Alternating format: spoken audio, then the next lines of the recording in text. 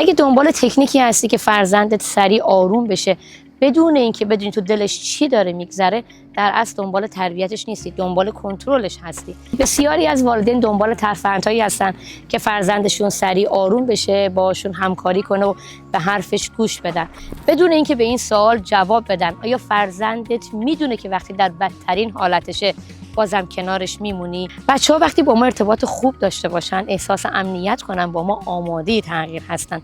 اما وقتی با ما ارتباط خوبی نداشته باشن، این تغییر از روی اجبار و ترسه. 5 تا عامل مهمی که تکنیک ها شکست میخورن در تغییر رفتار کودک.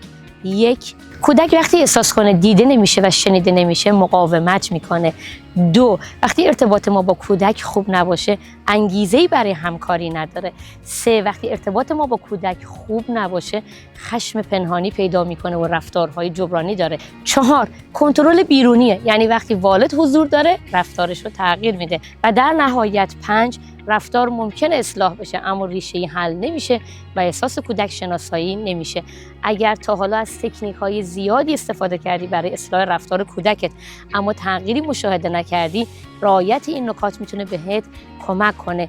1. قبل از مداخله کنارش بشین، تماس چشمی داشته باش و بهش بگو بیا بغلت کنم. 2. احساس پشت رفتارش رو بشناس، فکر کنم خسته‌ای، درسته؟ 3.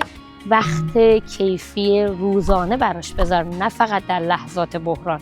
مثلا باش بازی کن، گفتگوهایی بدون قضاوت داشته باش یا فعالیت‌های 2 نفره داشته باشید. 4. به جای نصیحت همدلی کن. میدونم ناراحت شدی، حق داری ناراحت باشی. 5. کودک وقتی احساس کنه شنیده شده کم کم خودش آروم میشه.